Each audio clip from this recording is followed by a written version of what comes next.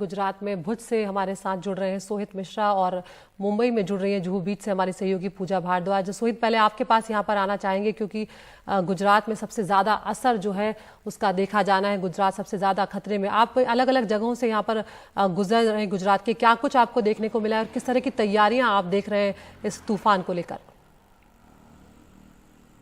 जी बिल्कुल, देखिए अदिति, अगर आप मेरे पीछे भी देखेंगे जो मौसम है वो बदलता हुआ नज़र आ रहा है। कई जगहों पर बारिश भी हो रही है, तो कहीं ना कहीं तूफान से पहले जो बादल हैं वो भी आपको नज़र आएंगे। और ये कहा जा रहा है कि 15 तारीख के आसपास ये जो पूरा ये जो साइक्लोन है ये समुद्री तट से टकराएगा। और उससे पहले कई सारी चीज़ें की जा रही, जैसे कि अभी आपने बताया भी कि जो मछुआरे हैं उन्हें कहा गया कि समुद्र में नहीं जाया जाए। इसके अलावा स्कूल्स को शुक्रवार तक बंद रख दिया गया है। खासतौर पर उन स्कूलों को जो समुद्री तट से लगे हुए हैं उन सभी को शुक्रवार तक बंद कर दिया गया है। गुजरात सरकार की ओर से जो हमें अभी जानकारी दी गई है, 21 एनडीआरएफ की टीम जो है वो गुजरात पर मौजूद हैं।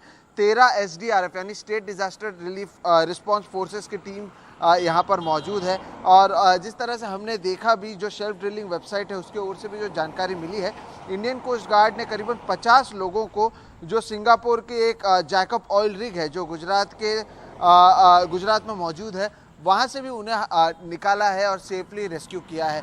तो समुद्र के आसपास के जितने इलाके हैं उन्हें खाली कराया जा रहा है। हमारी भी कोशिश है कि ऐसी जगहों पर पहुँचे जहाँ पर लोगों को शिफ्ट किया जा रहा है ताकि उनसे भी बात करें, क्योंकि जो अधिकारियों से बात हुई है कोई भी जाहिर सी बात है कि अपना घर छोड़कर वहाँ पर जाने को तैयार नहीं है। ऐसे उन्हें कन्विंस करना और उन्हें वहाँ से एक सुरक्षित स्थान पर लेकर जाना भी अपने आप में एक चैलेंज है, क्योंकि लोग चाहते हैं कि ज़्यादा से ज़्यादा सामान वो अपने साथ ले जाएं, जो पॉसिबल नहीं होता है। ऐसे में कई सारी परेशानियों और चैलेंजेस और चुनौतियों का सामना करते हुए जो अधिकारी हैं वो भी रेस्क्यू या फिर लोगों को सुरक्षित जगहों पर ले जाने का काम कर रहे हैं। जब ये टकराता है उससे पहले ही ये जो स्कूल्स हैं, खासतौर पर जो समुद्री तट पर स्कूल्स हैं, उसे एक टेम्परेरी बेस के तौर पर बनाया गया है जहाँ पे एनडीआरएफ के अधिकारी भी रहने वाले हैं। अलग अलग जगहों पर यह भी देखा जा रहा है कि समुद्री तट के पास कोई पहुंचे नहीं, उसके लिए भी कोस्ट गार्ड की मदद ली जा रही है। तो तैयारियां अलग अलग जगहों पर ज़रूर हो रही हैं, लेकिन कच्छ हो या फिर खासतौर पर जो समुद्री तट को लगे हुए जो यहाँ पर ज़िले हैं उस पर सबसे ज़्यादा इसका असर देखने मिल सकता है, ये अनुमान है। हमने देखा चाहे प्रधानमंत्री मोदी हो, उन्होंने एक बैठक की, तो उसके बाद अमित शाह की ओर से भी एक बैठक हुई है। मनसुख मांडविया खुद इसी भुज में मौजूद हैं, यहाँ पर भी वो जाकर देख रहे हैं कि हालात कैसे हैं। तो अलग अलग कदम ज़रूर उठाए जा रहे हैं और समुद्र के जो तट हैं उससे टकराने से पहले कम से कम नुकसान किस तरह से हो उसके लिए अलग अलग तैयारियाँ की जा रही हैं। बिल्कुल, बहुत बहुत शुक्रिया सोहित, क्योंकि जकाहू पोर्ट जो है वहां पर भी लैंडफॉल की आशंका जो है वो मौसम विभाग की तरफ से बताई गई है। इस विस्तार से आपने इस जानकारी दी, इसके लिए आपका शुक्रिया। पूजा के पास चलते हैं एक बार हम मुंबई में। यहाँ पर पूजा, मुंबई में हम लगातार ही देख रहे थे कि किस तरह से हाई टाइड जो है वो देखने को वहाँ पर मिल रहा है। समंदर में ऊंची ऊंची लहरें उठ रही हैं। इस वक्त आप जुहू बीच पर मौजूद हैं। कल एक हादसा भी वहाँ पर पेश आया है, लेकिन अगर हम तूफान के मद्देनजर देखें तो क्या तस्वीरें हैं इस वक्त दिखाने के लिए और क्या तैयारियां हैं वहाँ पर? आदित्य, लहरें भी आप देखें, इस वक्त भी आप वही रुद्र रूप देखेंगी कि बहुत ऊंचाई तक ये लहरें, हाई टाइड का समय है और ऊपर तक ये लहरें आ रही हैं, ऊपर तक समंदर का पानी आ रहा है। मेरे दाहिने तरफ अगर आप देखें तो किस तरह से लोगों का जमावड़ा, क्योंकि जुहू बीच बेहद मशहूर स्पॉट है, यहाँ पर पर्यटक बड़ी संख्या में आते हैं। किसी भी मौसम में आप देख लें, इनकी संख्या में यहाँ भी कभी कोई कमी नहीं दिखती है।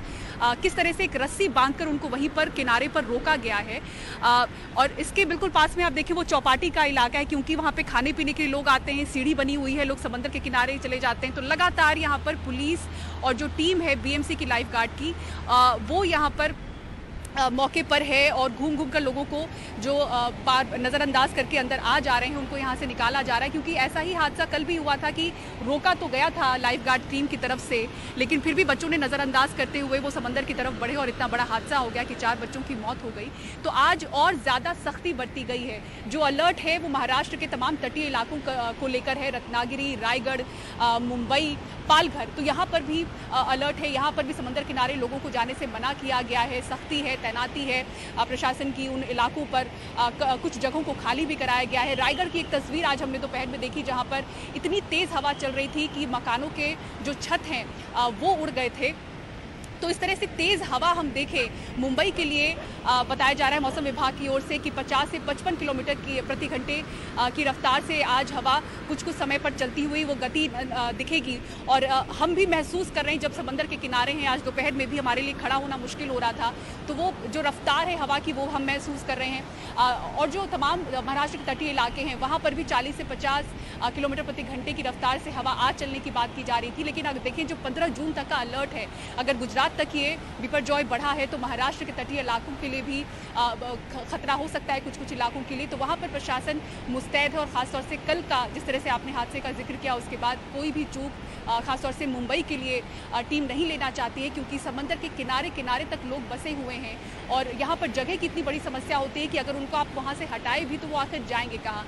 तो उस मजबूरी में जिस इलाकों में यहाँ पर लोग बड़ी संख्या में रहते हैं वहाँ पर लाइफ गार्ड की मौजूदगी तो है और ज़्यादा आज सदस्यों की संख्या बढ़ा दी गई है। लेकिन छोटे छोटे ऐसे कई लेन्स है, ये मजबूरी मुंबई में है कि कई लेन्स है जिनके रास्ते समंदर तक जाते हैं। तो कहाँ से कौन मस्ती के लिए समंदर किनारे पहुंच जाए और ऐसा कोई हादसा जो हमने कल देखा सामने ना आए, उस पर भी बीएमसी की लगातार नज़र है। एनडीआरएफ ने भी अपनी 2 अतिरिक्त टीमों को यहाँ पर 3 टीमें पहले से ही एनडीआरएफ की मुंबई में है, 2 और टीमों को अतिरिक्त यहाँ पर रखा गया है। पुणे भी भेजा गया है क्योंकि तटीय इलाकों को लेकर खतरा और ज़्यादा बढ़ा है। बिल्कुल, बहुत बहुत शुक्रिया पूजा इस तमाम जानकारी के लिए। और तस्वीरें हम अभी से देख पा रहे हैं और इसीलिए जिस तरह से आपने कहा कि कल जो एक बड़ा हादसा हुआ उसके मद्देनज़र कम से कम अब ये कोशिश ज़रूर यहाँ पर प्रशासन की रहेगी कि लोग करीब ना जा पाए समंदर के, क्योंकि कई बार लोग जोश में आगे बढ़ जाते हैं, उन्हें लगता है ऊंची ऊंची लहरें आ रही हैं, लेकिन अंदर जाते ही वो चपेट में आ जाते हैं और उसके बाद वहाँ पर काबू पाना या खुद से बाहर निकलना आसान नहीं हो पाता है।